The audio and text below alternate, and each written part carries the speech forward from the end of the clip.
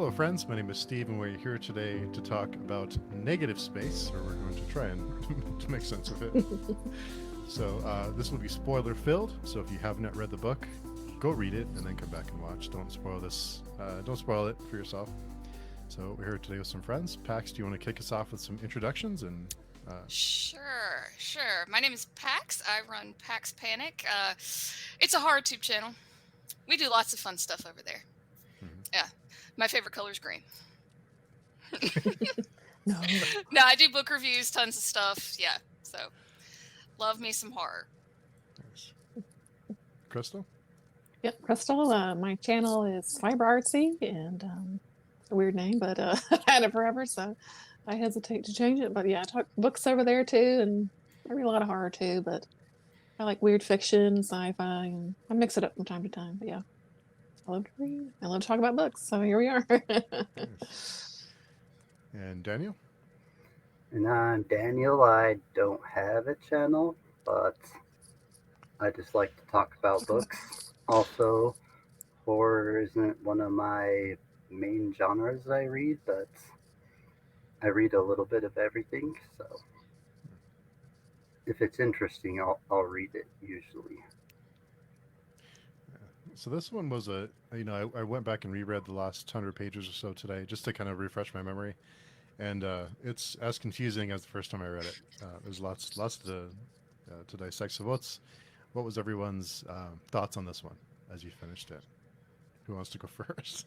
Oh, Crystal, I went first for the introductions. Would you like to go first for this? Sure. Well, for me, I mean, I'm not a tabber. Oh, wow. There are lines in here that would sometimes like knock me out. I don't know about you guys. So I thought the writing was really amazing. Mhm. And then the story itself was like, what? You know what I mean? It's like this confusion, but not really confusing. And then for me, it was just this like uncomfortableness that like permeated the whole story. And I had to keep going, you know what I mean? So, and I ended up just loving it, I think, I think because I read it in just a couple of days. Like I couldn't put it down, that kind of thing. I just had to know what in the world was going on with this book because it was so interesting. It was just super interesting. So yeah, just kind of general thoughts. Yeah. So Daniel, as a non-horror fan, what were your thoughts on this one?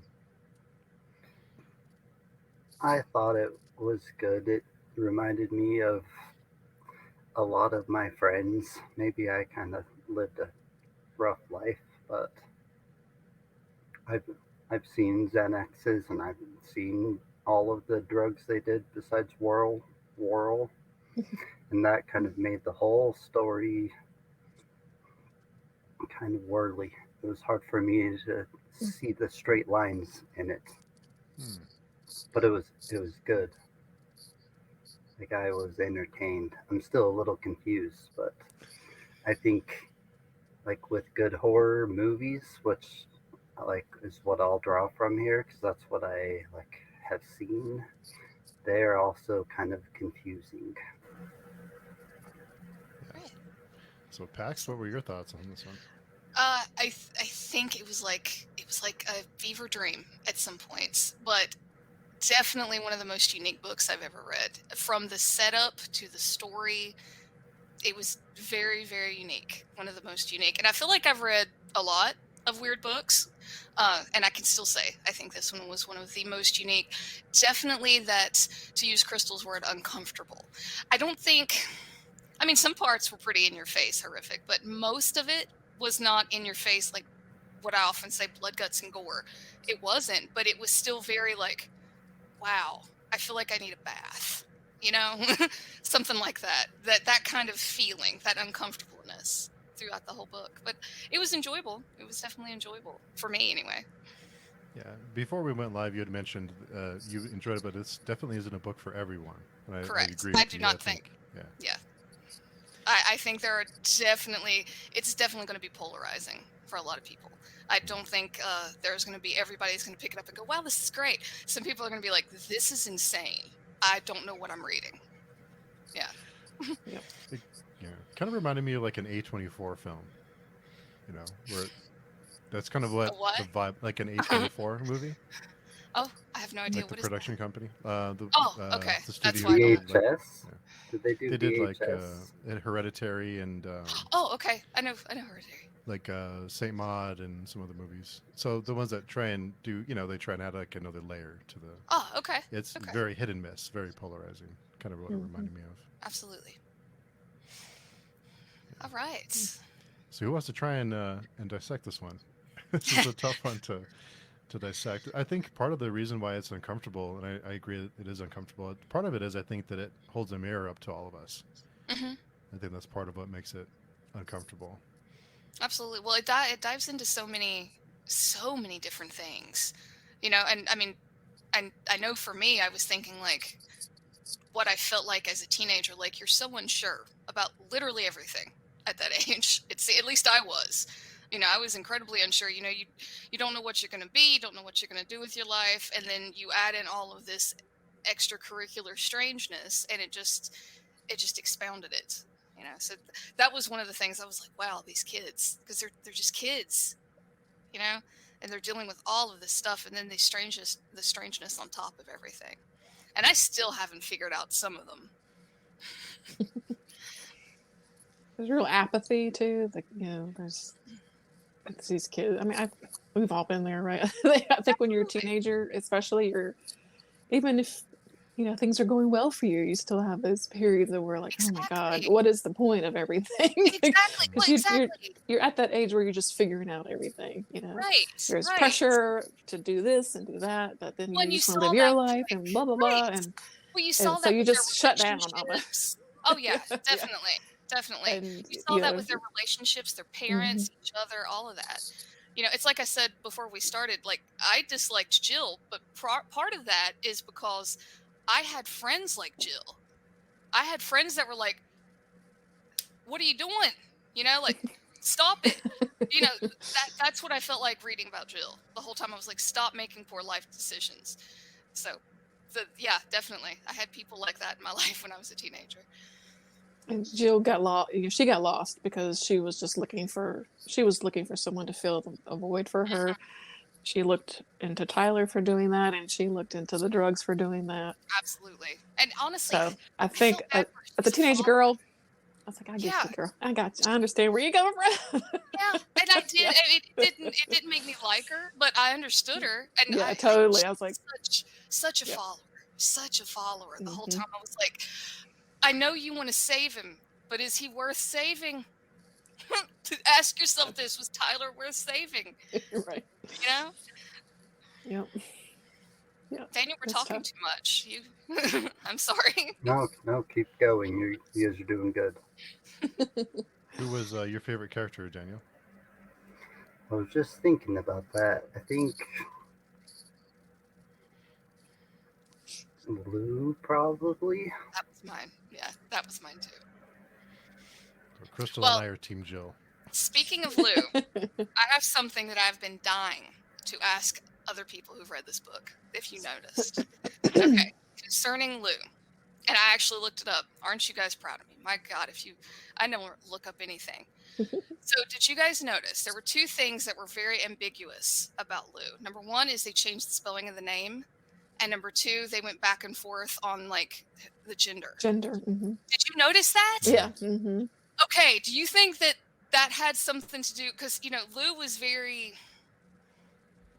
ethereal, maybe, is that the word? Mystical. of the She was characters. weird. Yeah, exactly. They were weird. Yeah. Right. I mean, on the layers of weird, I feel like Lou was Yeah. really up at the top. She was top weird. Right, Yeah. top weird. I like that. Mhm. Top weird. Top shelf weird. I love it. Okay, so do you think maybe that, because I was thinking like, okay, was that intentional? Was that supposed to like confuse us and make us like very, off kilter as to how we approached that character because of the weirdness, because of how weird they were and how that progressed? What do you guys think about that? Or was it just a proofreading error? No, I think it was definitely purposeful. I think it was too. And I don't know if it's just as simple as, well, they're a non-binary character. Right. Well, and see, I thought about that too. I thought about maybe that. it's just simple and we, Right, or is right. it deeper meaning? That's one of Yeah, those I was I just don't really wondering, like, know. what y'all Yeah. thought, because I definitely I noticed the it. first Yeah. time it happened, I was like, "Does that mean something?" I think I 'Cause I went guess back and I was like, I thought I did Lou too. was I did a too. girl. And Yeah. because of the nature of the book, I was like, "Does this mean? Are they just non-binary? Or is it this? Is it?" But I was like, I feel like maybe this was like intentional for a reason, and maybe I'm just not picking it up. Yeah, but I I don't was know. what y'all thought. Okay. Yeah. What do you think, Yeah. Daniel, about that? About Lou and the? That part did trip me up, and I decided I completely had misread the character, and I had to kind of go back and make sure. But Yeah, I had to go back. Mhm. Like, wait a minute. Lou seems to have the weirdest dreams too. Mhm. We get a lot of Lou's perspectives throughout the book. I think more than probably any other character, maybe Amir, but And maybe Lou is something more. I don't See, know. yeah. See, that's what Hmm. I was thinking. Lou seems set apart from the other ones to me, A, like in a, some form or fashion. a big theme of the book is coming into pieces and withering away, but then being reborn or becoming part of what's around you. So there were maybe many. she had something to do with that. And then she met the the dead boy becomes her boyfriend, and he's still alive, but maybe he's not still alive. He never Yeah, like goes out came into the back. world, so Yeah, he almost talks like he came back from whatever place the essay takes them. Like when they do the thing, it's almost like I felt like he came back from that world almost, and he has like one foot in each now, which then made me think like, okay, was Lou more sensitive to these things going in? Is that why you know they can see these kind of things and it's more ambiguous than the other ones, like Jill or Amir. Yeah, it really threw me off, and I was like, oh, I cannot wait to ask someone else this, just to see what y'all thought. Yeah, there were those sections where Lou would be talking about going into Jill's body and I am Yes, her and I have something. fingers and I am her. Oh, I okay. see her legs, or I don't know. That's what, Yes. I'm not saying the right words, but you know what I mean. No, She no, would I know talk what you about mean. I know Lou what would you mean. talk about going into her Jill's body. She was kind of Yes. okay, but they were I don't know. Were kind of slightly obsessed with Jill. Yes. Well, and did you And get there was that one scene where Lou was going in and talking about the mass inside of Jill and trying to yes. take it out. Okay, so that leads me into the other thing I looked up. So the word whirl. Sorry, Steve. No, that's great. Go ahead. So I was looking that up because I was like, I swear I've heard this word. Obviously I was thinking whirl, and I'm going to apologize now. I can hear my twang when I say that word, whirl. Whirl. Whirl. So I was looking it up, and it said in one of the definitions, it was it's the swirl on your fingertip, but it's also your fingerprint. I mean, but it's also a swirl of muscle tissue, like your connective tissues where they come together. And I was like, and that was about halfway through the book. And then when it started talking about Lou going into her, I was like, oh, he's going into her muscles, whirl, So I was like, I wonder if that has something to do with it. So yeah, I thought that was really cool when I read that about the muscle tissue, and it was 2 days later I got to that part of the book about going in and seeing her muscles and her tissues and all of this. So I thought that was an interesting little connection there, that the drug's name was Whirl and going into tissue and all this. Interesting. I thought that Lou broke whatever was inside Jill out of her, some kind of invisible cancer. That was the word I thought too, bringing out the almost like a cancerous lump out of her, talking about drawing it out. And who else did Lou do that to? Lou did it twice. I can't remember the second time. Was it to the? No, it wasn't to the boyfriend. Was it to Tyler? I can't remember who he did it to either. I I was so know. focused on Jill. I marked it anywhere.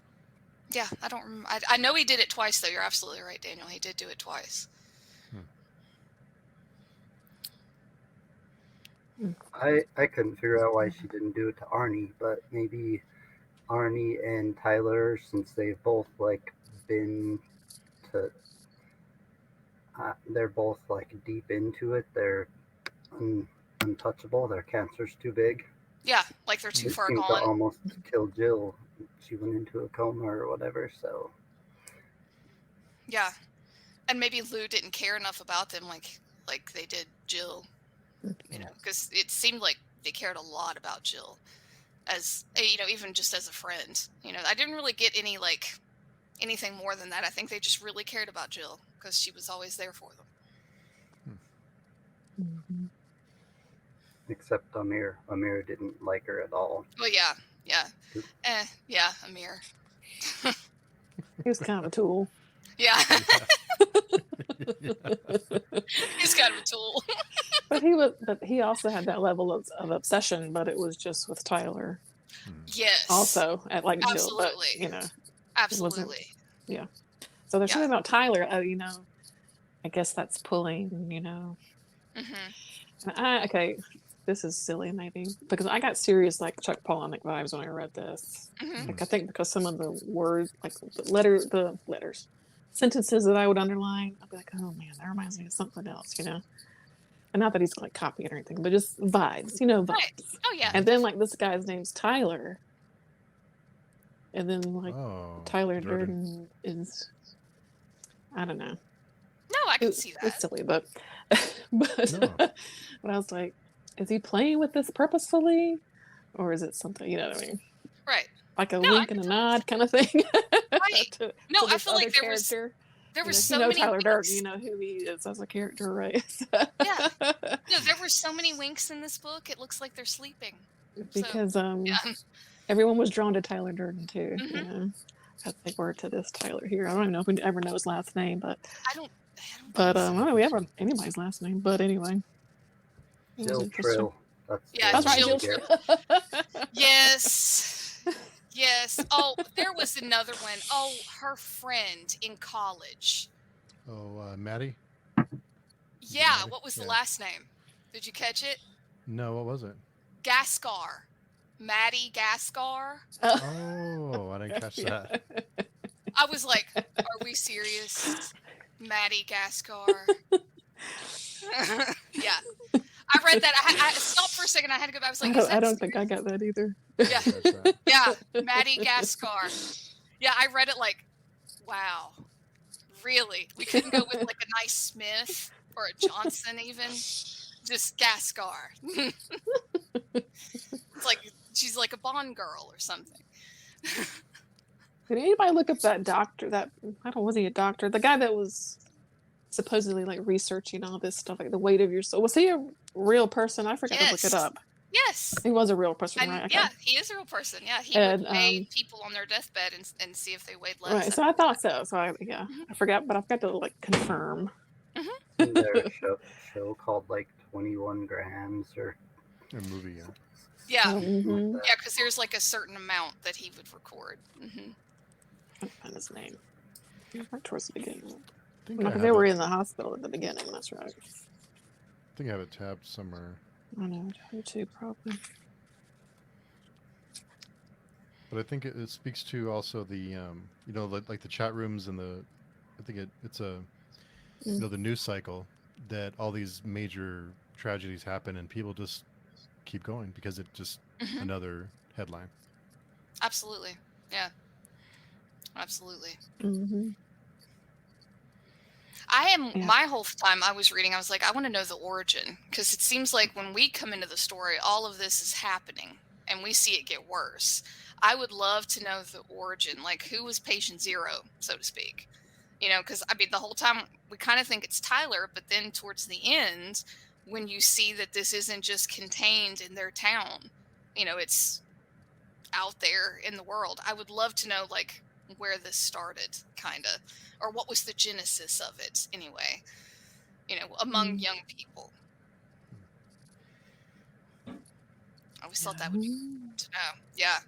Because it does seem to have like spiritual connotations, but then you add in like the drug use and stuff. But I mean, and there are traditions that incorporate that too. So Mhm. When it showed like the journal with his dad was like tampering with different hallucinogens, trying to open the gate, which is what humanity's been doing forever. absolutely, Licking absolutely, frogs and yeah, tasting funny honey. right, absolutely. Mushrooms, ayahuasca, all of it. You know, we're searching, you know, for something, and especially when towards the end when they were doing, well, like Lou, especially when they were doing the rituals, talking about like the light and it opening, so to speak. Mhm. I almost found that more intriguing than I did the black threads. Hmm. Because Oh, it the was black almost like threads are the cool next. though. They were. It was almost like the next step. I've almost felt like when they saw this light, it was almost like, okay, you got past the black threads. Now we're on Mhm. to what you were doing the drug to begin with. This is where you were supposed to be heading. Sure. Now that you Mhm. got through all of the gunk, so to speak. All the gunk. It's a Literal good way to gunk. describe it. Yeah. Well, like coming, and I don't know. How did you guys take the threads? Like, were they positive or negative? Because I mean, I know they're gross, but I mean, they didn't really hurt anyone, I guess, except for like maybe the cancer thing inside of Jill. Because I almost got like when they were in, I think it was Amir. I think it was Amir and Tyler, or maybe it was Amir and Jill. One of them when they were in the like a forest and they were looking up at the trees and they were talking about like the things running down the tree or coming out of the leaves. It was all, and then of course they're like, oh, they saw them dripping down the face. It's like, okay, are these like the threads of life almost that they're seeing, like what connects us all? Because then that wouldn't necessarily be negative, but again, it's very ambiguous. I have some thoughts on that. What did you think, Crystal, about threads? Yeah, I don't know. I didn't know if it was just hallucinations. You know, like Right. did it mean anything, or was it just like a visual representation of this drug they were doing, Right. or were they actually connecting to something else on some sort of other plane? Right. Yeah, I don't know. It's one of those things I don't know. I don't really have an answer for. It's just Okay. you know, I mean, it could go you know what I 100 mean? different ways. It really Yeah. could. It could go 100 different Yeah. ways. Daniel, do you have any thoughts on the threads? I kind of thought it was like there was some kind of weird distortion of time at the end where Mm-hmm. Oh, like yeah. so I think that the strings might be like connecting different like times together somehow, or just the pieces of yourself that go out into the world are like the strings and they're always like moving. Then you had like what seemed to me to be like black magic, Tyler doing black magic, and then Lou learning like the light magic, and they both had the strings. The strings were constant with them both, even though Lou and I just said his name, I can't think of Tyler. it. No, her boyfriend, she got the one that saved the school, that got the school shooter. Yeah. What's his name? Whatever his name was, like he taught her like to pray to a good God and to try to use it for good, whereas Tyler seems to like be using it to hurt the people that hurt him and get his razor blade back from 4 bullies, or because somehow he got his razor blade back that night. They never asked, like he never goes into how, but It's just oozing with malicious intent, though. Yeah. How he and got then back. yeah, and he's taking people's like taking hair and taking stuff from people and putting it into these things, hoping for them to get hurt or be saved, and it just didn't seem like good magic. Right. It seemed like selfish magic. Well, he But took whatever this was to a very dark place, definitely. But the black strings like remained until at the end, when there was like, I don't even think she was taking oral anymore. She was just like doing all the praying, and she was still somehow almost getting there, and there was a yellow light around inside of the like candle triangle. Mm-hmm. So, and I remember him saying, "You don't need the drug, but it would take years. The drug helps us skip the years." Oh yeah. Yeah. Mm-hmm. It kind of Arnie. took His the- name's Arnie. Arnie. Oh yeah. There we go. Oh, what is It popped in my mind. his greatest entrance ever? What does he say? Oh, I'm not dead anymore. Back from the dead. Or something like that. Yeah, it's a great entrance. But the threads, I kind of, because they talk about the threads and vibration and time. I thought it was like a string theory. That's kind of what I went to, is like string theories, or you know, because it's almost like a Lovecraftian thing where time, it's past, present, and future all at one time. Because Jill could see herself old and young and can see everything all at once. Yeah. So that's kind of where my mind went. No, as Daniel was talking, I definitely thought of string theory as you were talking, because that is essentially, I guess, what was happening towards the end, like seeing all those timelines converge. Yeah. And I Well, think- Griffin, thanks for coming by. And Brian's here. Hey, Brian. This one sounds unsettling, so of course you need to read it. Onto the TBR it goes. Oh, And- you'd love it, Brian. Oh, yeah. yeah, Brian, totally. And this writing style actually reminded me of Brian's style of writing. In some ways, yeah. Yeah. I think Brian's a lot more relatable. Yeah. I do. I think Brian's a lot more relatable. Like, I don't know. I can see people enjoying Brian's style probably a little bit more. Not to dog on this book, it was good, but I think Brian's a lot more relatable. Accessible, yeah. When y'all talk about the strings, I'm thinking now there's also, it's all called negative space too. So there, you know, there's this and this there's connection the whole, of that, like that space between, right? Or you know, the that space altered between. space of where we are and where we're going, and those strings that, you know, take us there, I guess. Well, absolutely. Well, the whole idea of the knot, almost like everything we see is here. It's, you know, tangible to some degree, but there's stuff that we can't. It's the knot. It's what we don't see, what's not in front of us. And am I wrong, or did like Tyler's dad go into that world and stay there forever? He didn't like run out on the family.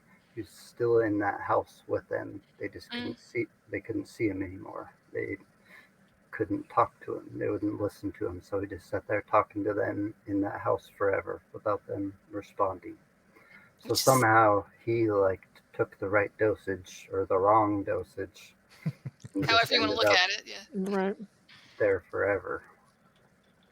God, talk about hell on earth, or not on earth.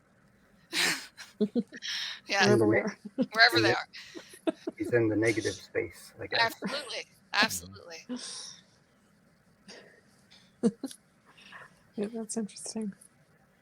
It honestly, has anyone read? And I feel like I've been mentioning this book, and I think it's a testament to the stuff I've been reading lately. Has anyone read John Dies at the End by David Wong?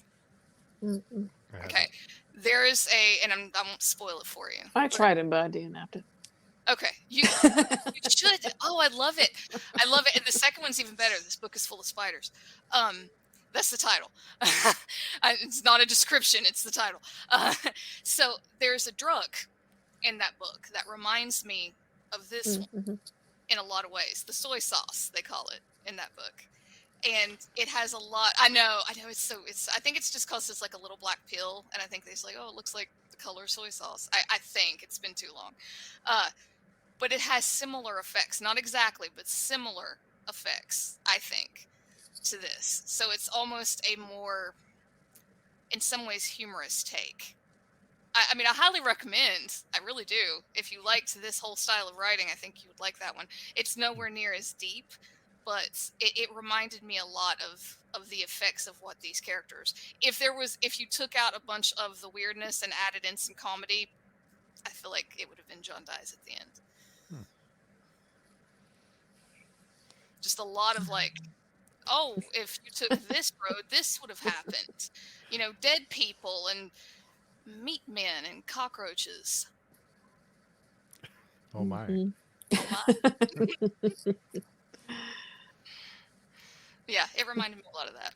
Hmm. You know, I feel like I'm talking a lot. Y'all are welcome to be like, shut up, I have something to say. No, just enjoying listening. There's a lot of stuff that I've already just picked go up from. on. Okay, so what did you guys think about the rituals? Like the different rituals, like what Tyler was doing, what Lou was doing. I thought it was interesting at the end when they were like, okay, you need to pick a saint. I thought that was really cool. But what did you think about the different rituals? I liked it. It added a new layer, Mm-hmm. you know, and I was just like, well, you know, it's kind of like, oh, well, what are we doing now? Where's this going now? You know, and well, because it started with Tyler, of course. I was like, what is this guy doing? You know, what is he up to? Because he is trying to do something here. Right. And then, you know, Lou gets brought into it, and then that chick at our college, Jill's school, who's like, how did she find out about it? You know, so see, and that's like, what I was saying. I was like, because that lets you know that it wasn't just their town. So, yeah, it was. Yeah, I liked it. Yeah, I mean, it was very, very, very crafty kind of stuff. You know, you got like, okay, is Feruza Balk going to show up soon? You know, I'm not real sure, but I really did. I liked it. I thought it was interesting, and I liked how they incorporated. How do I say this? Fluids in in a lot of the rituals, which I mean, I feel like is, you know, legit, because you think like blood, you know, a lot of times you need that to do rituals, and I thought that was neat the way they incorporated that you had to give a piece of yourself, in other words, in order to make the ritual work. Mm-hmm. Fluids, yeah. Trying to keep it PG, Steve. Yeah. Well, and Tyler went whole hog on the blood. He just cut himself all up all over the place. Yeah, absolutely. But Lou and what's his name, Arnie, they didn't use blood, did they? No. Okay. So I wonder if that made the difference. Maybe that made the difference. I don't know. I don't know. You know, they liked pearls. Yeah, they liked the pearls. Or maybe that's why Tyler's went darker, you know. And perhaps. Maybe he was aiming for something else. You know? But I see the connection there. I see the connection between, you know, like giving a piece of yourself, you know, like you have to give up something in order to get something back, so to speak. And maybe Tyler was asking for a lot more. I feel like Lou and Arnie were almost, to me, it almost felt like they just wanted protection. Like they just wanted to for themselves, right? Or Jill or whoever. You know, they just wanted it. They were like, good, if you want to slap that label on it. Tyler was wanting. He was asking a lot. You know, a lot of times he was asking for someone's life to be taken. So maybe I thought like maybe that's why he had to give up so much of himself, like cut himself all to ribbons the way he did. to ribbons. But that's what I was thinking anyway. I mean, who knows? It could have been either way. Yeah. That's cool, man. What did you think about the rituals, Daniel? I thought it was interesting. It's how us as humans have always tried to connect with something outside, and so if you're going to have that in a book and need a way to connect, that's a good way to do it. And then Tyler's using blood, and they're using like pearl. Kind of the opposite. Maybe it's not the opposite, but what Tyler was doing was going to kill him. Just continually cutting himself and draining his blood out into fires. But they both use like the same like items. Tyler used other people's like possessions and body parts, where they were just trying to get protection. So I think one of them used a shell that they found at the river, and one of them used like some old item that they disliked a lot. Just trying to ward off whatever could come get them through the streams, I guess. Yeah, get them like through the muck almost. Really, and that was almost like I saw. You know, Lou had the light. He kept talking about like seeing the light come in between the triangle or the whatever he had, like the candles and whatnot. So it was like almost like seeing the light at the end, because with the world it was all dark, it was all black. So I don't know. I thought that was pretty interesting. It really almost did boil down to like this good versus evil when in Tyler and Lou, kind of, sort of, but not directly.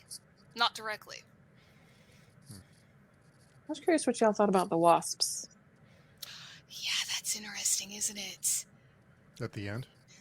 Well, they Like are in Jill's throughout. house. They Yeah. come in her house. They're Was at it the a- end. I don't Was know. it a true story it talked about, like the saint that became a beekeeper because is that a true story? Yeah. That had something to do with it. I think they're like, well, the bee is sacred to certain gods and saints and whatnot. So I thought that was really interesting. And honestly, I almost thought, and again, who knows, right? I almost thought it was when Tyler, because I mean, I got like when they were in Jill's house when Tyler moved in, I almost thought it was like Tyler didn't like them there because maybe they were coming to balance what Tyler was doing almost, because like you said, Daniel, towards the end, like the saint was the beekeeper. I almost was like, okay, is the world trying to balance what Tyler is warping by sending these bees or sending these wasps in to try and balance out this crap that Tyler's trying to like make chaotic? That crossed my mind too. See, I was curious because bees aren't wasps. Yeah, right. I always think of wasps as a bit more like violent. more icky. Yeah. Yeah. Yeah. Yeah, I don't want to mess with those guys because they'll come after your ass. So absolutely, yeah. Wasps are awful. So I was, it was a difference for me, but I didn't know what it, well, I mean, what it meant. Maybe it felt different to me, I guess. No, right? No, but I can totally see that because wasps are giant assholes. So like maybe since the bee is sacred, wasps are like, I don't know, the warped version of the bee. They're like the bee that didn't have their coffee that day. So maybe that was what that was. I don't know. Yeah, no, that's a cool take on it. Maybe that's what it was. Yeah, that's pretty interesting. I never thought about that side of it because you're absolutely right. Wasps are terrible. They're awful. But it was neat when they were talking about like the paper, because I don't like wasp's nest or. Yeah, filled up her basement, right? Well, it was talking about. Oh, speaking of her house, what did you get about the stuff that they were drawing on like the walls and like putting in the? I thought that was messed up. And what caught me was that then was it Jill? I think she was talking to her dad. Was it? No, I think her dad was already gone by then. Oh, poor dad. Yeah. Maybe it was her mom, because she was like, "What's all this?" She's like, "Oh, it's always been there. It's been there. It's always been there." No, lady, you wake up from the dream world here. Yeah, and I kind of I did feel bad for Jill for that. I did, because she kind of had to watch her mom just like. Oh yeah, it was bad. Yeah, but then she didn't do anything about it, so. She was like, "Deuces, I'm out of here." Yeah, seriously, she's like, "But I still love him." I'm like. I'm like, kick him out. What are you doing? When he moved in, I was like, oh my God. This ain't gonna end well. This is not gonna end well. I was like, just burn the house down now. Right. It would be faster. Just burn it down now. Daniel, what did you think about the Thanksgiving dinner with Tyler? Oh God. That was a mess. I've seen arguments at Thanksgiving, but never seen anything like that. Oh God, seriously, absolutely. Yeah, talk about awkward. Yeah, absolutely. The reason confused me too. I never really understood exactly why he did that. I think he was just messed up. I think he was just far gone. I knew though, as soon as her dad reacted, I was like, well, he's as good as dead. As soon as her dad reacted the way he did. I knew it was going to happen as soon as he handed him a knife to help him cut the turkey. Yeah. You don't give Tyler knives. That could be on the cover of this book. That should be the blurb on the cover. Don't give Tyler knives. Yeah, exactly. Yeah. That should totally be on the cover of the book, for sure. And speaking of blurbs, there is none. There isn't a blurb to tell you what this book is about. Probably somebody read it and they were like, okay, we're ready to take your blurb. And they were like even more intriguing. Because it's got this cool ass cover. And then you read the back and you're like, well, wait a minute, what's it about? I want to read it, Mm-hmm. Absolutely. Yeah. I'm sure people were like, I liked it. You can't put that on the front of the book, though, right? You can't just put, I liked it, USA Today. Like, that's not going to work. And Daniel, you were talking the other night about going through and matching the names to the chat room names. Were you able to match those up? There was way too many chat names. Oh, okay. Yeah, I wasn't able to. I matched one. I connected a couple, Young Caligula and Crazy Bob, of course, who I thought was like the central bad character, and he just died right away. Somehow he knew when people were going to die, though. Did you see the one, I can't think of the chat name now. It had something to do with a doll, but it was Chucky, the character of Chucky. And he had one of the chat names, I think, had something to do with a doll or something like that. Let's see if I can find it. I think it only happened once or twice. Because Chucky wasn't a huge character.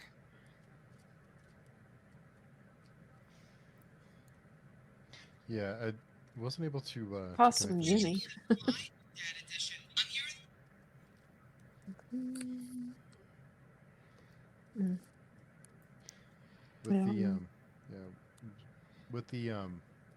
We had talked a little bit about Maddie, how she was able to, she knew about this ritual, and I wondered if it was like a small town thing, because small towns are disappearing, like this hopelessness of like the small towns that were just, you have that feeling of hopelessness, if it spread, or if it was something that people just find, or if it was this force that was in their town that was drawing them back in, because it does seem like it draws them back in, because who at the end has the mom gets a phone call about the mom being sick, and when they fly in and he says, I'm here to see mom, and he says, well, I haven't talked to you in years, what are you doing here? It was Amir. I think Amir's sister called him. Yeah. Right.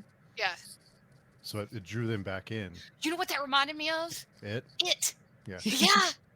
It was like it. I was like, oh my gosh, this is Gary. It's totally Gary, and it is like the strings. Yeah, no, I totally thought of that. I was like, it's completely it. And then Lou, just because I happened to flip through it, says, I found out about Jill decades after she'd gone. So there's something weird going on with Lou, too, with time. Very much so. For sure. Very much so. Yeah. Because Jill had that time been turned into this, local legend, the Candle Girl. Mm-hmm. But for Lou to have lost track of Jill, and it says decades. Right. Kind of interesting. Yeah, I thought that was well, and because as I was reading, I really thought, because I had it on my Kindle, and you guys know Kindles do like weird things to pages.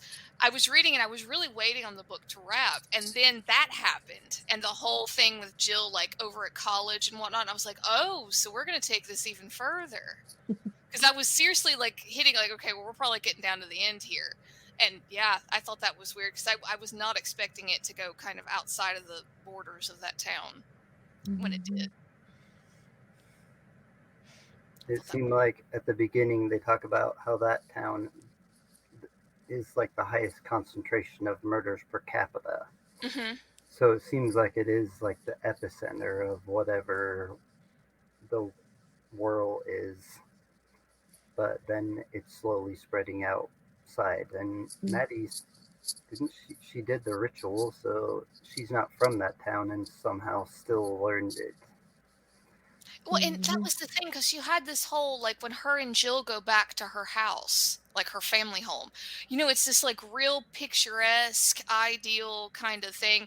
It's not like this slum that Jill talks about herself being from, this, like, really just nothing kind of town with nobody there and no store, nothing. And so it's like, okay, well, it doesn't seem to have affected Maddie's hometown. It's like almost like did she learn it later? And I don't know. I was kind of confused about that because Maddie seems to come from like ideal circumstances.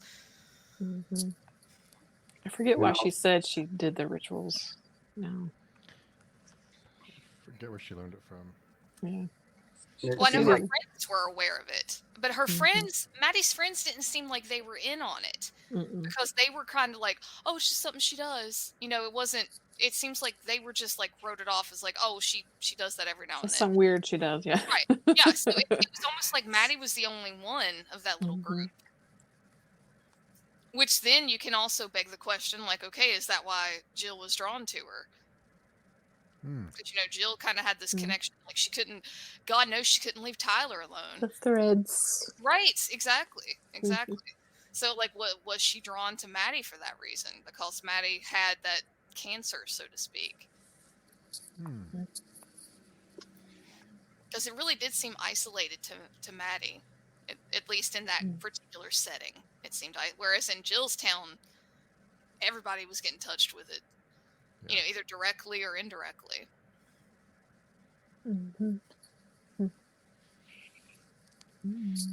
Yeah. So, Danny, did you pick up on the religious angles that they played at? One of the thing they're in church and the priest says God is alive and he hates you or something like that. Then he just kept like referring to the next chapter and then the next scripture and then the next scripture, just basically leading them to think they either come to church or they're going to hell. Which is what all pastors do. I guess he's just being a pastor.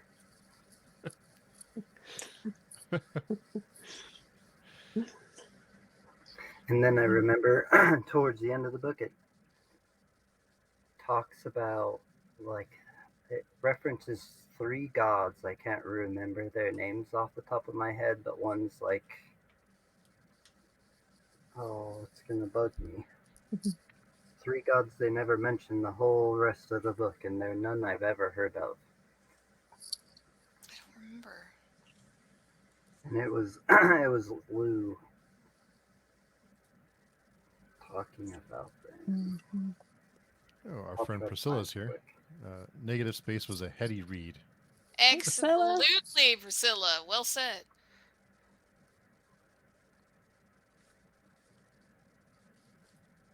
Yeah, I'm not remembering either, Daniel. I was going to write the names down and look them up because it was weird that they didn't really. They mentioned, like, he gave her that book and told her to pick a saint, I think. But when he referenced these guys, they were gods, and it was him. It was Lou's boyfriend that talked about it. Was it in the same scene where he gave her the book? No, it was like towards the end. Okay.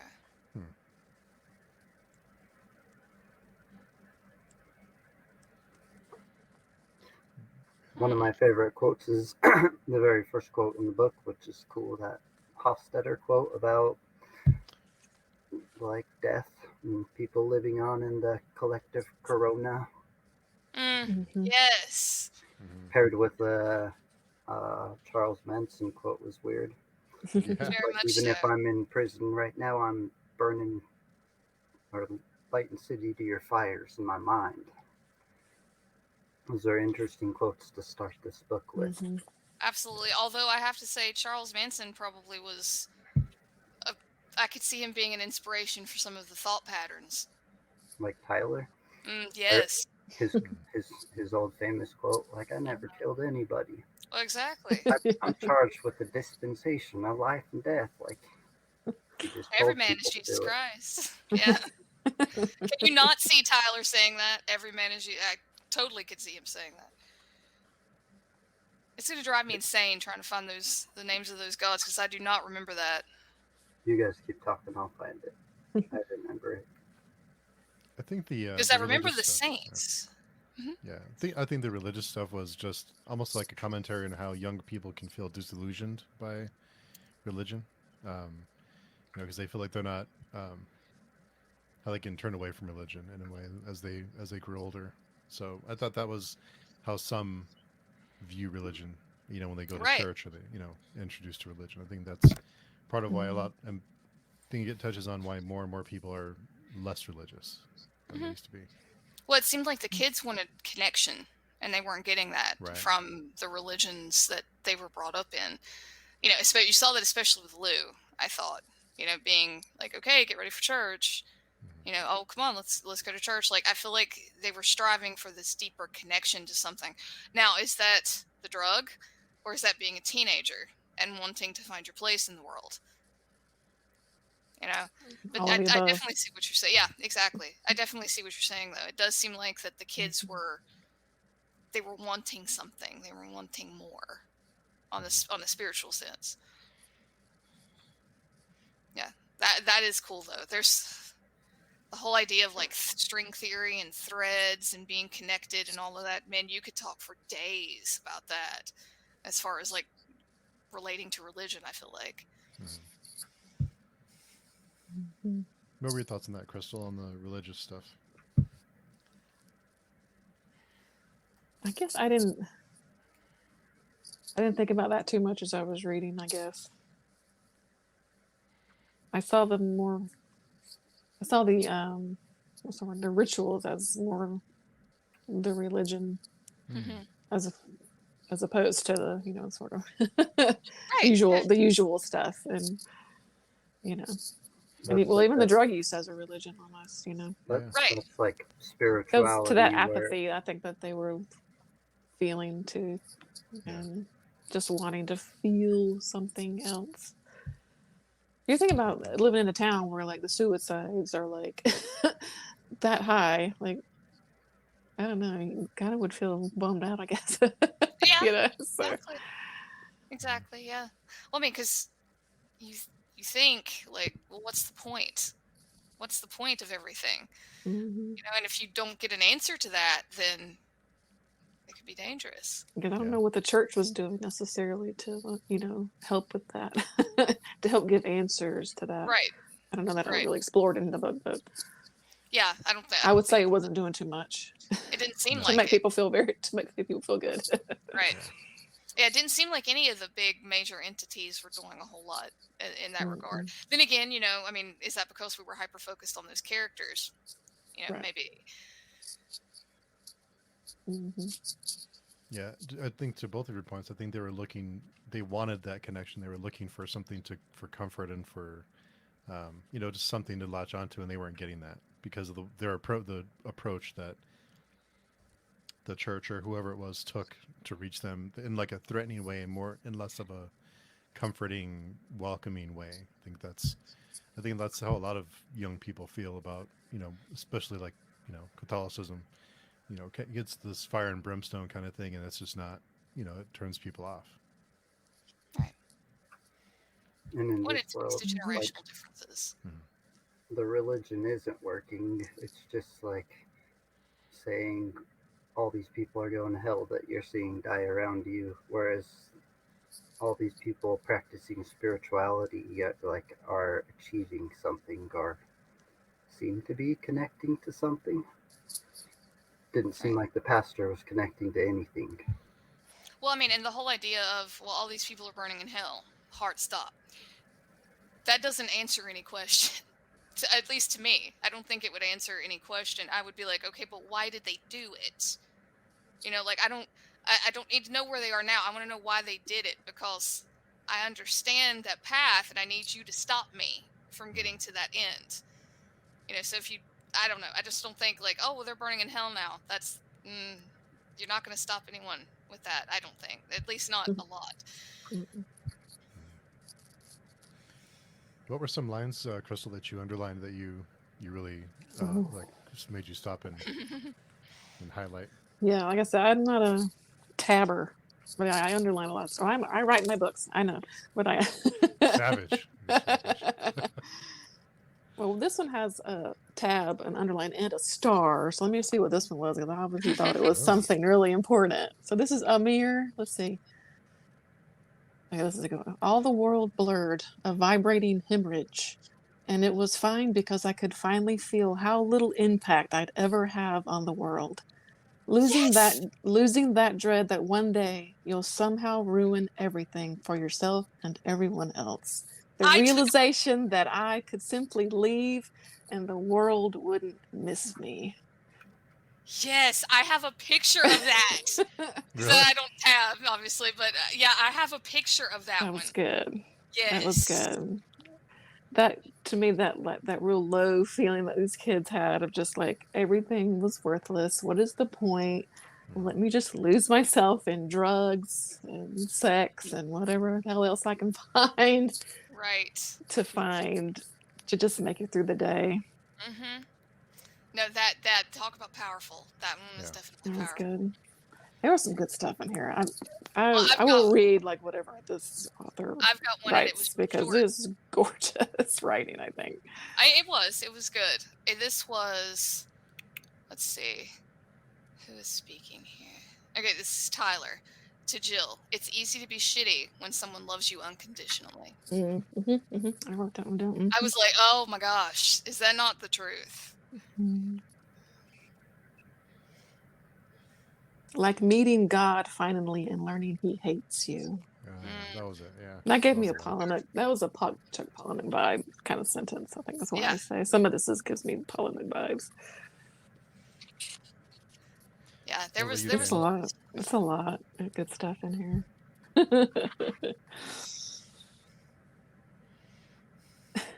Did you have And any Lou favorites? was weird, man. Yeah.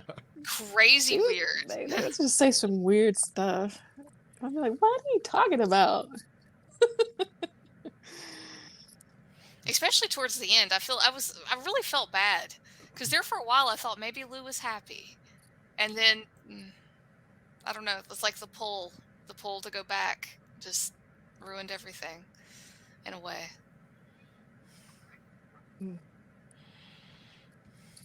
What about the ending? I was about to say that last page.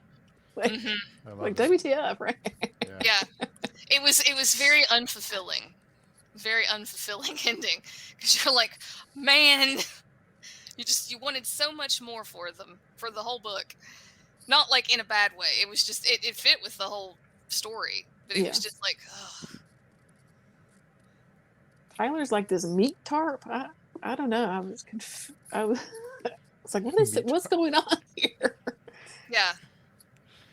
It's like just skin. Mm-hmm. And there's like a bunch of turtles. What's going on here? That was a hard part to understand. And then it kind of like went into the future and talked about like the town still talking about Jill and how you could like contact her. Mm-hmm. She's like a ghost story to them now. Mm-hmm. Yeah, because it's like sometimes I whisper back. Yeah. Oh. This And then weird it time, boy, this journey. I don't know, this like. What did y'all get the string thing where they lay strings? I thought that was weird, where they lay strings with the candles. I thought that was kind of harkening back to the drug, which then made me think like, oh God, are they seeing the strings? Are we gonna have like round 2 with a whole nother generation? You know, because they know about the strings. How do they know to put? How do they know about why the a string, right? Yeah, why strings? If you have to think about that, but I didn't get the idea that this was over. Yeah. I think since that one drug guy came with like a whole bunch of pounds of it and beat up Tyler and left, that it seemed like it was gonna start spreading. This kind of stuff becomes legend almost, you know. Which was weird to me because, and I'm kind of drawing parallels with John Dies at the end. They treated it like it was any other drug, you know, when it's not. It's like so much. I mean, I don't know. I'm not a connoisseur of drugs, but it's not at all. Like it's so much different. You know, it does so many other things that, you know, I thought it was odd just to see it treated like any other kind of thing would be. Like, I don't know, bricks of cocaine in a car tire or something. You know, it was really weird to see it treated that way. Because I was envisioning like, you know, special like spiritual practices going in, like chanting over it and stuff almost. And then they were just like, here, hold this bag. Yeah, like, But I don't think it was that way for everyone. Hmm. Amir did it, and he never really did anything. well, see, but is that because Ritual, he's like, he was kind of like just a weird. well, I think he was the tool. most far gone as far as like Mm, what's the point in life. right. So, but then it's like, okay, Did Tyler make it more because he used it to do what he was trying to do, right. or was it that important to begin with? The drug, Exactly. again, I don't know, but Well, because it threw a whole wrench in the whole cycle for me when it was like at the end was I think it was Arnie. I'm pretty sure it was Arnie when he was like, it'll take you years without the drug. So I'm like, okay, but what if they're not? What if they're just, a kid at a party taking it and they're not on this like spiritual path, so to speak, like what Tyler's spouting? Well, because this like weirdo, just random drug dealer is selling it, so he definitely doesn't seem particularly spiritual or to be searching for higher meaning. Right. Like, when you're doing, I mean, what is it? What's popular? Ayahuasca. You go to like resorts. There's a whole process. There's a whole there's accoutrement that goes with it. It's not like meeting someone in a back alley and slipping them a 20. There's it's just so odd. It's weird, like, yeah. Yeah. Weird. Mm-hmm. There's people watching this like 20. She obviously has never done drugs. Or is this all just a bad drug trip? Exactly. Right. Does it mean nothing? I probably would have thrown the book if I'd have got to the last page and they were like, and then Jill woke up. Yeah, that would have been. That would have been really disappointing. I wouldn't have liked that. Yeah. Be like, and then Tyler coughed and rolled over and Jill woke up. Yeah.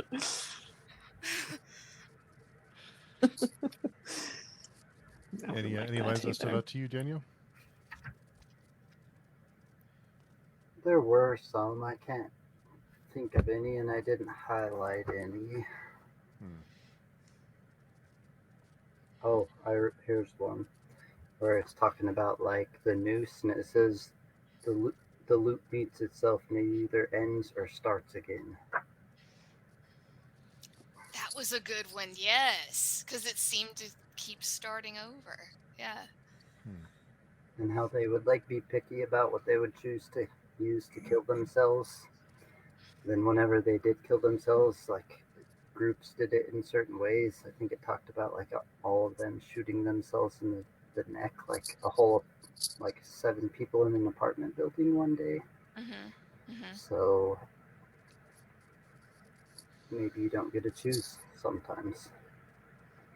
And then it talked about like Tyler always said he wanted to be like put into the river when he died, and then they go to his funeral and they're like, he didn't get anything he wanted, he doesn't even have any friends. And then at the end, Amir like grabs a turtle and then goes and puts it in the river. And it floats away, yeah. Well, and okay. Which had a thread of an intestine hanging out from it. Yeah. And there's a whole, like, because this is where I overthink. The whole idea, and please, somebody correct me if I'm wrong. I want to say, I think there is a religious belief, and I cannot remember what it was, about the world being on the back of a turtle. So that got into my brain, too. I was like, did that mean something? The fact that, because it could have been so many different animals. Why a turtle? So I was like, well, is there something with that? Like, because I'm pretty, and I cannot remember what it is now, which faith. I don't know if it originated in Discworld, but it is in Discworld, and Stephen King also mentions it in the Dark Tower series. Okay. All right. See, part of me wants to say it is like some kind of derivative of Hinduism, but I don't think that's right. Let me see. Is it an indigenous culture? Perhaps. Sure. And it could perhaps be. It's my phone. Big Brother's listening. Turtle? Yeah, I literally put the world on, and it said the back of a turtle. So it's like, let's see. While you're looking for that, one of the quotes that really kind of struck home was, Time compresses the older you get. Days turn to weeks, turn to months, turn to seasons, turn to years, until your life resides in just one moment, expanding forever, where each step and breath folds wrinkles into your face, carving minute irreversible wounds between your joints, pressing down the notches between your spine, driving your ankles and knees to ruin. I feel it now, and it'll only be worse in the future. Yeah, I Yeah. think anybody with any age on them will agree with that. Yeah, I was like, oh, yeah. You were correct, Crystal. It is an Iroquois belief, creation myth from the Iroquois. Interesting. Yeah. But just weird lines too. Mimi and Pepe, I don't know. This is Jill, I think. They seemed barely alive, and when they ate eggs, they looked like monsters. Yeah, Just weird stuff like that. That's what I underline. yeah, it was very strange. Yeah, But see, I oftentimes love that stuff like that though. it was. I love weird books, interesting. and like this is my kind of weird. So That's the epitome of weird. 5 stars. That's why, because I'm like, this is my kind of weird. You know, I don't know half what's going on, and that's okay. I enjoy this. The ride. Right. Here's the worst part about knowing anyone is knowing only that tiny sliver available to you. Mm-hmm. Have y'all That was ever from Amir. That was from Amir. Yeah. Have y'all ever thought about that though? Like, talk about tripping yourself out. The fact that you exist in someone else's thoughts, and you have no control over it, but you exist in someone else's thoughts, separate from what you think of yourself. Like, you talk about baking your noodle. Like, that'll do it. Like, it will. Mm-hmm. But there was kind of an element of that here too, because I felt like sometimes when Jill would talk about Lou, it was almost angelic. It was almost like she looked at Lou as something special or different. Almost like she could tell that Lou was apart from the rest of them in some ways. Just kind of like the feel she got. Well, I don't know if I'm reading too much into Lou, but particularly in the beginning when we're first learning about Lou and Jill, I was like, is Lou autistic? Yeah. Because, again, that's a vibe I got. No. I got my son's autistic, so I was like, man. I got it too. I'm seeing some similarities here. But see, and Lou didn't seem to have any other friends, Maybe maybe Lou and Jill were friends for like elementary school or something. Right. And Jill was the only one that stuck around by her, by Lou. And that one, person that hung on to Lou because, saw Lou as something more, and not being just the weird kind of outside kid. Yeah, I had the same vibes. I absolutely did. Just some of the early interactions, like I don't want to say strange social ways, but yeah. But how Lou described things like, I saw knives that day. I went wet. When someone was sad, like, oh, Arnie went wet that day, or I was angry, so I saw knives, or Mom was seeing knives because I made this bad choice. The way Lou described things, also. Yes, absolutely. I can definitely see that. Interesting. I don't think of it that way. Like I said, I might be thinking too much. But... No, I can see that too. I can see that too. But I mean, I worked with a lot of those children and adults. So I mean, again, maybe I am reading too much into it. Yeah. I don't think anything in this book is unintentional. I think everything is very intentional. So I can see that being, I could not imagine just the sheer brain power it took to write this book, like to put everything together. Like I know he's got another one. Anybody else read? No. I want to read it now. It does seem like it would be very, because talk about unique. That's really the only word I keep coming back to. It's very unique in all ways. The air was like a flu, and it twisted my dreams. Who writes that? That's so good. I liked the way Lou said she went wet. I thought that was I liked that. I really did. I thought the way he said that was really almost poetic in a way. It's like, well, that's what we do. It was like a physical description of feeling sad or depressed or whatever, Well, and I think that lends itself well to possibly having some of those autistic traits because you know, like you just see this, and that's all they can glean from it. You know, they don't see the nuances. You know, sad, depressed, anxious, this, that, happy, even. You know, if you cry when you're happy. You know, so yeah. Some things are just very literal. Right. Right. Exactly. A lot of literal in my house, anyway. No, I know you're absolutely right. I mean, that's just one of those things. You know, the nuances aren't present. You know, so yeah. Interesting. And they really weren't with Lou. I don't think. And plus Lou didn't seem to have a whole lot of emotion when it came to like reading the forums. You know, they would just go to the forum like, okay, I'm just checking up to see if somebody's updated. Never mind the fact that we're talking about someone taking their own life. You know, it was very cold. You know, there was really not a whole lot of emotion that I got. It was just, oh, this is what I do. I just check. I just check to see if someone's put it on the forum. When Tyler came up, Lou seemed emotional about it and just kept refreshing and refreshing and refreshing and then asked people whether it's real or not. So maybe if it's connected to Jill, then Lou cares. There's more of it. Yeah. Yeah, because he has a personal connection at that point. Well, that was cool too. When like, did Tyler go to the other side or not? I was hoping, you know, I was like, God, please let him be gone. Everybody's life would be better if you would just leave.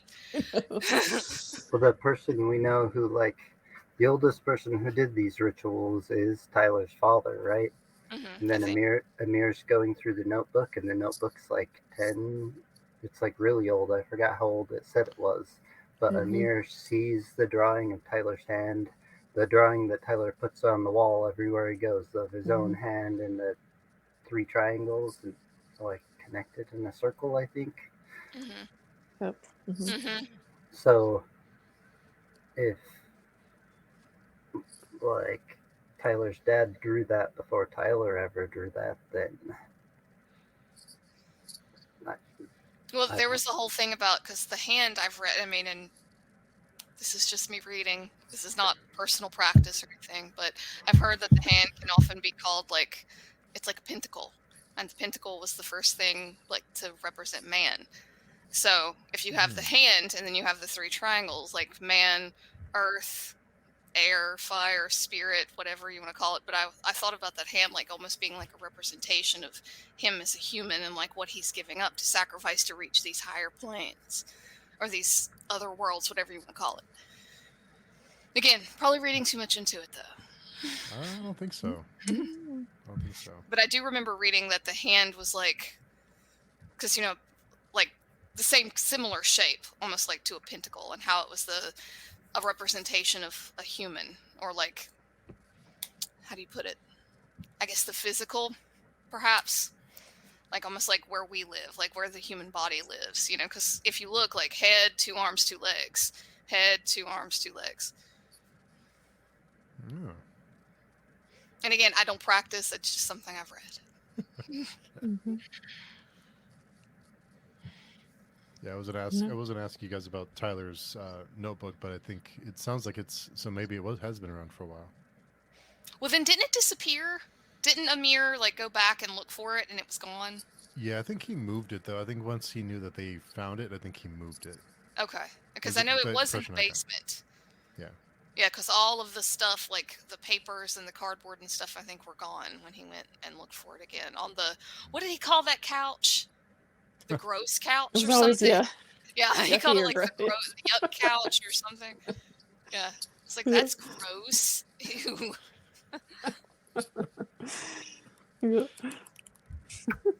I assumed everything in Tyler's house was pretty gross. Probably, yeah. You could kind of like smell Tyler. Like you could almost smell Tyler after a while. Anyway. Yeah. I was just sitting there the whole time when Jill was when he refused to let Jill clean his cuts and stuff. I was like, let him get MRSA. Let him. It'll teach him. Let him get MRSA. And then it was because he was like shoving that stuff into his open wounds. So it'll like go straight into the blood. Hey, Mr. Morningstar. I think you'd enjoy this one. Yeah, absolutely. Then there's this side story. They have this band. There's Yeah, a well, dude at the the whole thing pizza about them shop having a YouTube channel. doing the ghost hunts. Yeah, yeah. What does all that have to do? I don't know. I'm not gonna lie, I I probably don't watched it though. Not gonna lie, I probably watched that. Yeah. I think it all kind of leads to what kids are going through now. Like all of my nephews are starting YouTube channels. They've been desensitized because of their phones. Mm-hmm. Yeah. Maybe it's Well, just that's trying a to whole find nother something positive. Maybe something they could look forward to, making their music or. Right. Yeah, I kind of don't know. grasping, just like grasping Yeah. whatever. Yeah. Yeah. I mean, it's really sad, and it almost makes me like want to congratulate all of us for getting through that crap. Because we all face it in some form or fashion. Some more so than others, but it really is almost like, wow, welcome to adulthood. Congratulations. I'm glad you made it. Because it sucks.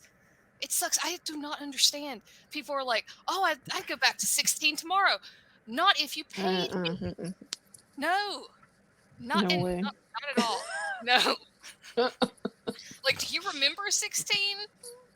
Like, for me, no. Yeah. Like, really remember it. Yeah. Yeah, really remember it. Like, not Really the fun remember. stuff. Not like I get to go work my part-time job and go buy video game. No, I mean, like, the crap. Yeah. Which was like 80%. Mm-hmm. From the current convo, this sounds like a heartwarming story. It is. Yeah, very hard. Yeah. Yeah. Heartwarming story about drugs. Yeah, but I think it is kind of a play on. I think part of it is that they're wrapped up in social media and they're wrapped up in these other things, browsing these forums and these chat rooms, looking at all these all these news headlines, and there's no community. There's no, and the community they do have is drugs and being assholes to each other. So Absolutely. they have nothing to kind of bring us together. I think the pandemic shined a light on that too, as because we couldn't interact with each other for the most part. So then that kind of made hurt communities too, that would get together and support each other and have those personal relationships. Well, you saw the resiliency of the human spirit, as you do with any kind of tragedy. There's always that glimmer of the human spirit that comes through. And that's what I try to focus on. And you saw that with the pandemic. You see, people, like you said, coming together online and in different formats and things like that, trying to support one another. Yeah, for sure. This came out in 2020. I wonder what part of 2020 it came out, or when he wrote this. I wonder if that played a role. If it had anything to do with it or not, or was it he wrote it 2 years ago? And it just came out. Right. So what was it? Was it March 2020? Yeah. Pretty sure it was like when March. we hit it here. Yeah. Yeah. It just says 2020. Yeah, because I think it was March when it came here, but it was earlier, like January, February. Of the place. Yeah, I don't know much about this author. I'm not sure where they're from or anything. Yeah. I think he does. I think he does movies too. From look at his website. I can see that. Ooh, okay. I can see that. There's some flamboyance in some of those scenes that I could see translating well. Visually. Yep. The strings, the ending scene. I can totally see. Can you not just visualize those strings? Yep. Like and I know Crystal's gonna get like some Stranger Things stuff, right? Like some upside down kind of goo. Yep. Yeah, that completely, absolutely. Oh, he has his own website. Every time I see like searchterm.com, I'm like, why didn't I think of that? Oh, okay. Well, I'm gonna leave that front page of his website to all of you to discover. That was interesting. Yeah, his website's fun. Y'all should go. I will after this. Apocalypse Party, is that what it was called? Apocalypse Party? Apocalypse Party, I think, is the publisher, right? Yeah, publisher. Pearl Death is another one of his books. Amy Wait, Pearl of Death? Pearl Death. Yeah. I don't In want to light read of this that. book, that's funny. It's a historical account told through objects, each depicted and described on a loose full-color playing card. Pearl Death Yeah, I'm includes looking 100 at it. object cards and special sleeves. Now that would be Huh. cool. I'm looking at that one. Hmm. Amygdalatropolis is another one. And that's the one I'd heard of Yeah. Okay. his previous book. Brilliant neurorealism, in which the city is a computer. See, I already want to read it. I'm down. I'm down for that. A psychopathological cyber utopia heading straight into a lake of fire. I love it. Yep. Sign me up. Sign me up. Anytime you can work in psychopathological into a sentence, you know it's going to be good. Yeah. Let's see. Oh, yeah, there's some stuff here that might be interesting. Electronic prickling.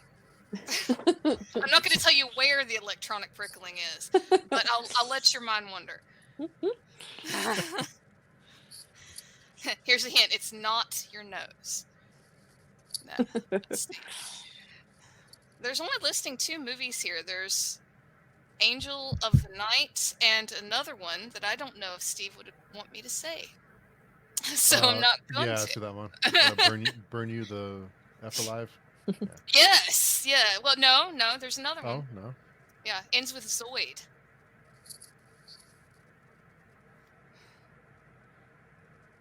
Hole in the Earth. It says it was directed by Nick Verdi, written by Nick Verdi and Yeager. Oh, I'm not sure if I see that one on this page. Do you watch his movies on that site, or do you other somewhere else? Y'all should just go to bryeager.com. That front page is hilarious. I'm gonna check it out. Yeah. I'm gonna use that as a pickup line. Oh. May I lay my eggs in you? Yeah. That's hilarious. Oh, yeah, I see that. The Zoid, yeah. Yeah. Yeah. He looks like an interesting guy. I'm in, though. I'm intrigued. Yeah. Oh, yeah. I'll give it a shot. So, Yeah, Daniel, what did you... captured me a fan, that's for sure. Yeah. Whatever comes next, I'm down. Yeah. Our friend John is here, just popping in to say hi. Yeah. I'm busy and also don't know what book it is you're discussing, but want to say hello. Thanks for coming by, John.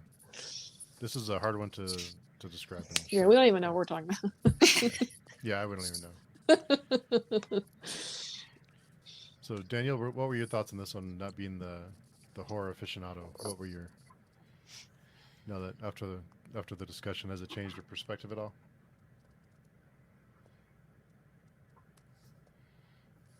I didn't have a bad perspective initially. I am thinking differently about the books in some ways after talking to you guys. And I don't know. I can't think that help but think Lou is somehow central to understanding the whole story, and I missed something. So. That's what I think. Because I knew that it would all make a bunch of sense, but I just missed something somehow. Nice. Would you recommend this to a non-horror fan?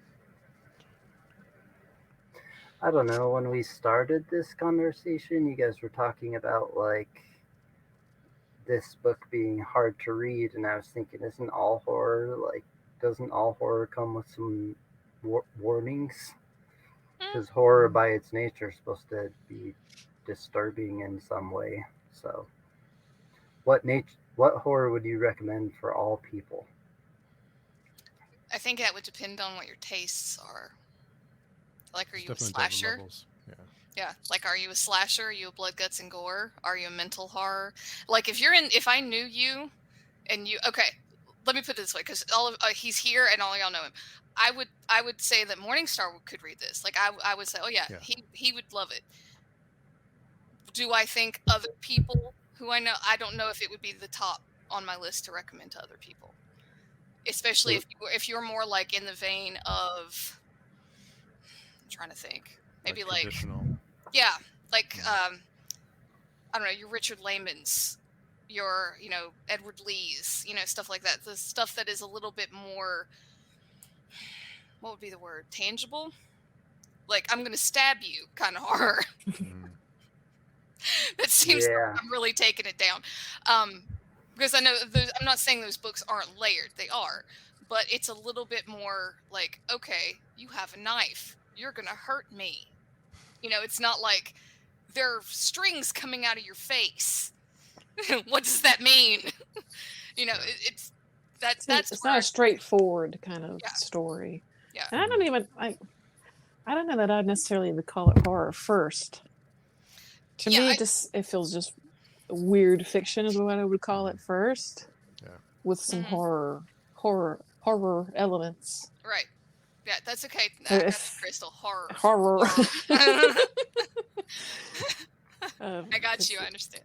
It's the weirdness that pulls me into it first. Of what would I call it? Like, what would you classify this? I would call it a weird fiction, a weird dark fiction book with horror elements. I mean, I'm terrible at classifying stuff anyway. But yeah, I can definitely see. I would say that it's uncomfortable horror. Mm-hmm. It's uncomfortable horror in a way. And it's not a straightforward writing style. It's not at all. So it's definitely not a beginner. Yeah. Kind of I kind dark of book. This like the same. It lights up the same synapses. What is that movie with Titanic, Leonardo DiCaprio, and it's real like meta. Inception. This is like the book form of Inception. It's the dream within a dream within a dream. Right. Yeah, like Inception is one of those movies. Like if you walk out of the room to pee and come back, you're like, "What are we doing?"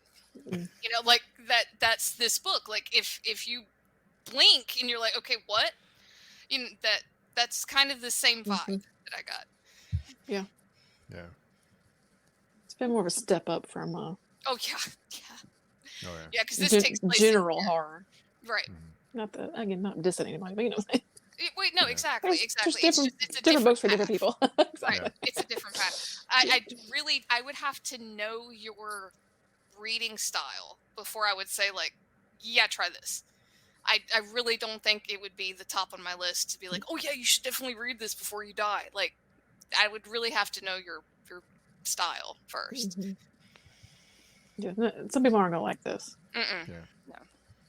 They're just not gonna get it. Yeah. Right. And I don't get it, but I'm saying they're gonna be like, oh, what is some people enjoy not getting it, some people don't. Exactly. Yeah. Yeah, if you don't like ambiguity and like endings that aren't all like explained and characters that are confusing, you're not gonna like this one. Yeah. If you don't want a damn thing explained, but a fun ride, there we got you covered. Yep. Yeah. Which I love. Yeah. I mean, I'm down. Now, I will say, like, I don't think I could read books like this every day. Like, I really don't. I think I'm like, okay, I need some Jason, some Freddy Krueger or something after this. Yeah. So I don't know if I could read a book like this every single day, which is kind of why I put it a distance away from what I'm reading now. Because this is kind of in that same, like, not anywhere close, but neighboring cities. Not same city, neighboring cities, that like weird, like you were saying, like that weird fiction with a sprinkle of horror. Mm-hmm. Like some books are weird fiction donuts with sprinkles. This was a whole damn cake with horror sprinkles. And then some kind of weird filling that nobody at the party likes. Or can't quite nail down the flavor. Yeah, they're like, is it almond? Is it butterscotch? Yeah. Like, what are we doing? Knows. Yeah. Nobody knows. Mm-hmm. Well, cool. I think we could probably go on for hours on this one. Yeah. I know it's yeah. So I want to thank all of you for reading this with me. I think there's things I didn't notice. It's and I have to reread it to find out what I missed with Lou. So I know I kind of want to reread it. Yeah. Kind of want to Yeah, no, talk to I'm the like, author. I'm good. I would love to talk. I would love to pick that author's brain. Yeah. Yeah, definitely. See, Steve, you got the pull. You could do that. Yeah, I'll reach out to him. Yeah. Let's see. He'd love to talk to you. Yeah. I don't know. I'll try and twist some arms. Thanks, Priscilla, for coming Yes, thank you, Priscilla. Yeah. Always so supportive. by. Yeah, definitely. I love Priscilla. Looking forward to her next book. Yes, absolutely. So cool, everybody. Well, thank you for reading with me and coming on for the discussion. I know it's tough to find a day and a time for everyone, but thanks for taking the time. Daniel, thank you for squeezing it in. I know it was a race to the finish line because of your long weekend with your friends. So thanks for Yeah, thanks for having me. Yeah.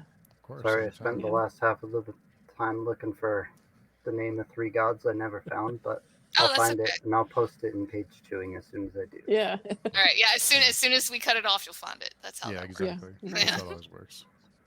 So, Pax, where can people find you if they want to contact you? Well, best place is right here on YouTube at Pax Panic. Yeah, that would be the best place. This is where I like to lurk most of my time.